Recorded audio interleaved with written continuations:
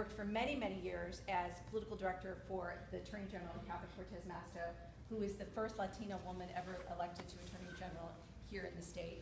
I also, as Kevin mentioned, created a program called Emerge Nevada because I saw that there was a problem with not having enough women elected to public office. In fact, I've tried to recruit nurses into the program, and one of the problems that we've seen is because of the shifts not being set. It was very hard for nurses, unfortunately, to commit to the one Saturday a month that we did. Or frankly, I think we really could use some nurses in elected office in the state legislature. I think we would have some really big changes made. And then my husband and I, we owned a private practice in Summerlin, which is also part of the district. It was very successful. He's one of the best pediatricians in the state, but we kept continuing to see as children that had no insurance and parents being forced to make really rough decisions on how they were going to take care of their children, and we created the only completely free pediatric clinic in the state. And actually, we don't get grants. We do all the fundraising ourselves to keep that clinic going. And my political director's here, and she will tell you, there has been many sleepless nights as we've tried to figure out how to keep the doors open, and we do. And we see thousands and thousands of kids without health care. And in some cases, it is kids that are eligible for Medicaid, but they have not, the paperwork hasn't gone through, and they have nowhere else to go. And we keep that clinic going, and I feel like we are doing a great service for this community. I certainly am aware of your issues as nurses. I know that you are on the front line, as is my husband, in taking care of our community. The ratio with nurses is unconscionable, what you're going through.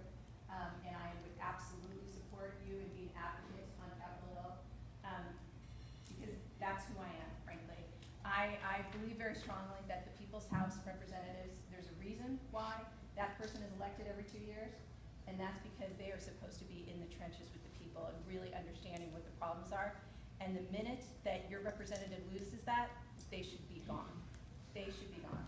And I am running against a gentleman that this is his second term, and frankly, I believe that he has lost touch with the realities of the district. He does not see what I see every day.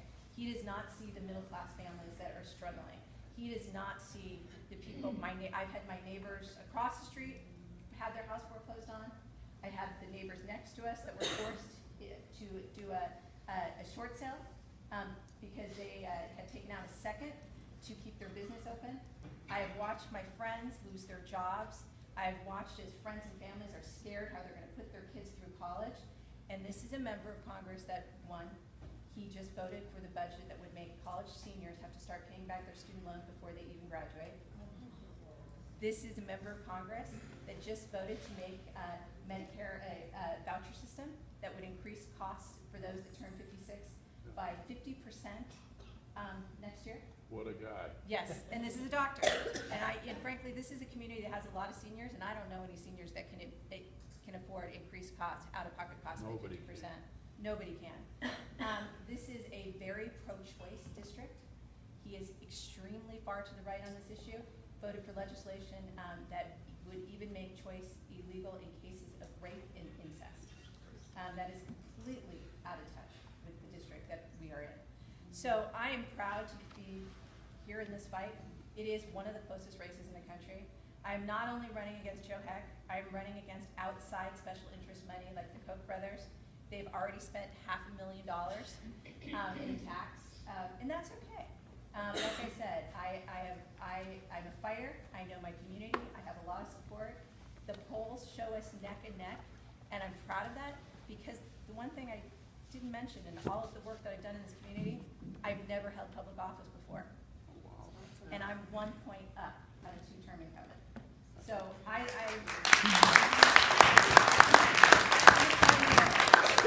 and we can do this. And you know, I joked the other day when people were talking about all the money that was coming in.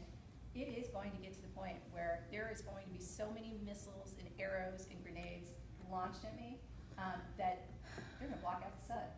And I said, that's okay, because I know how to fight in the dark. And I think those of you that are nurses in the room, you know what I'm talking about. We can do what we need to do, but I need all of your support, and I appreciate your support that you've given to me in the past, because we're going to take this guy out, and we're going to bring our country forward and get it back on track and start focusing on the middle class and our families. So I know it's morning, and I apologize for talking too long, but I'm happy to answer any questions too, or hear any of your concerns on issues that you think that I should be addressing. Because like I said, this is the people's house. First of all, Yes. Paul McCarthy from Boston. Wonderful presentation. Well, thank you. And what I love about it, besides your great message, is the fact that you showed up on time. Oh, thank you. And that's a plus.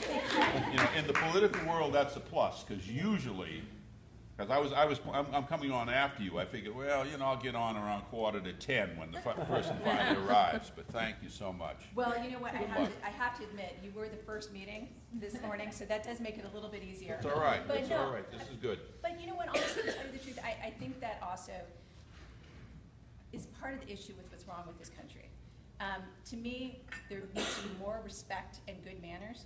We can disagree. I disagree with my husband all the time in politics. I disagree with my friends on politics. But we need to respect and value each other's opinions, and just basic things like common decency and manners. Manners matter. They really do. And I plan on taking that back to Washington, D.C. as well. Excellent, set that example. Thank you. We need more example setters. And we need that for our children. We need our children to see elected officials that believe that and act that way. Thank you. Any questions on nurses' issues? Erin, how's the best way for us when we're working on this issue with staffing to contact our representatives? I'm hearing that letter writing is, you know, still the best way, but is it still true now that that's the best way to contact our representatives or get our people out in the community to contact? Yeah, well, I can speak here in Nevada. Nevada is a very hands-on place. So for people that are here in Nevada, your representatives, you should just even call them directly and tell them how you feel. The letters are very helpful for that as well. The more letters they receive, they see that this is a big issue. And nurses, you are respected. You are a valuable part of our community. So the more nurses that reach out to the representatives, they're going to listen and take notice. So I sometimes think, especially, and this is a field that is predominantly women, I sometimes think women forget how much power they actually have.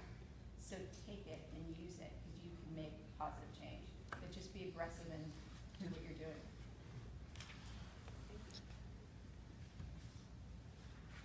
Well, this has been, And yes. I want to say, tell us a little bit about your positions on the immigration situation. Absolutely. This, comprehensive immigration reform is something that when I talk about being a person that's out in the trenches, it's certainly something, it's an issue that I see directly in the clinic and I see directly with my family. And it's a personal issue to me. My oldest daughter, she would like to be a Navy jet fighter pilot. She's a very driven little type A personality. She goes to the Math and Science Magnet School here in Las Vegas. And when she started 6th grade, junior high, painful time, we've all been there, we know how awkward that can be. I asked her, the first week of school, I said, make 2 friends, invite them over on Saturday night to go swimming, everybody has pools out here, swimming, pizza, and spend the night. She said, okay. The second day, she said, well, my one friend can come, but my other cannot. And I said, you know what, I should have called their moms anyway. So I called up the first mother, and she said, oh, Gwen is so excited, she's coming over on Saturday. I Googled you, I know exactly who you are. And her husband is an officer at Nellis Air Force Base. I called up the other little girl, and I want you to keep in mind, this is the Math and Science Magnet School. This year alone, there were 5,000 applications for 300 spots. Very, very hard school to get into. I called up the other little girl, and the mom didn't speak English. So her older sister got on the phone.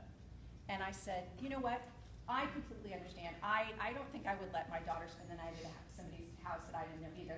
But is it possible that she could come and just have pizza and go swimming? And her older sister translated it to her mom, and her mom said, yes, that was fine. So the girls came over, and they're swimming, eating pizza. They've got cheese coming off their pizza slice, and they're debating inertia versus gravity. I can tell you this, when I was 11, that was all of that. And it's just great, amazing kids. And about 10 o'clock, her older sister came, and she sat down on the couch, and she started talking to me. She's 19. And she said that she also went to the magnet school. She also got straight A's. She told me when she was 17, she was hit by another car, no fault of her own, and the police apologized, but they had to give her a ticket because she came to the United States at 1 year old. She had no papers, she's undocumented.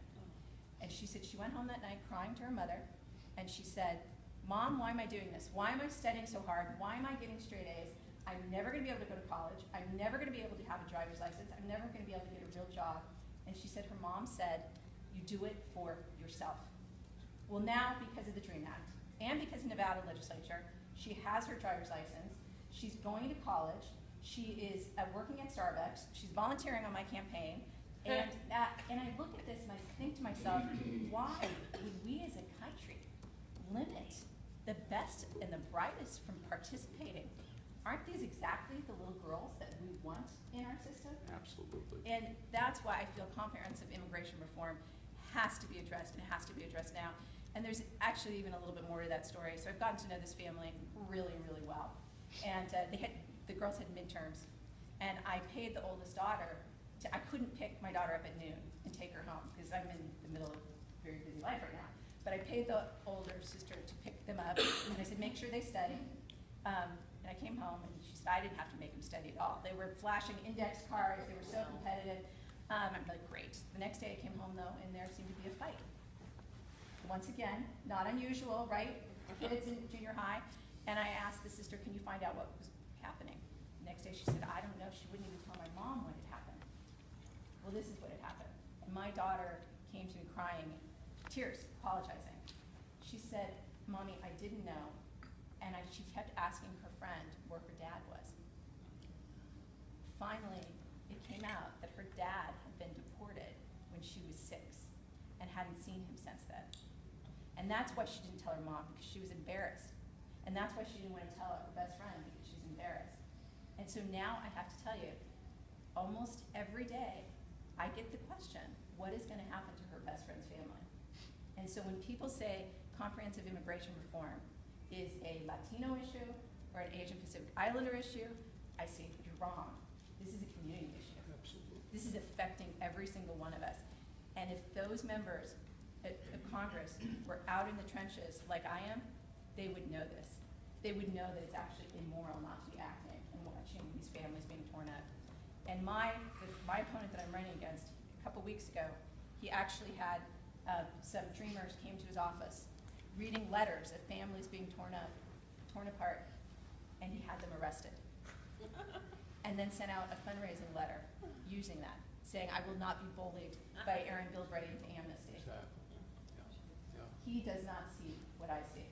And so that's why it's a very strong issue, and I think that will be a priority when I go to Congress. Yeah.